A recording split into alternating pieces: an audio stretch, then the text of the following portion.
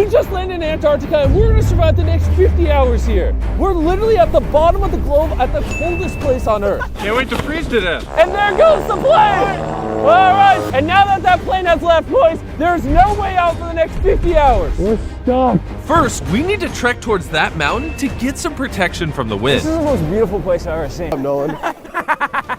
There's already a blizzard incoming. Just our luck. The weather's so bad already. This is so bad. Holy crap. What are the odds that a blizzard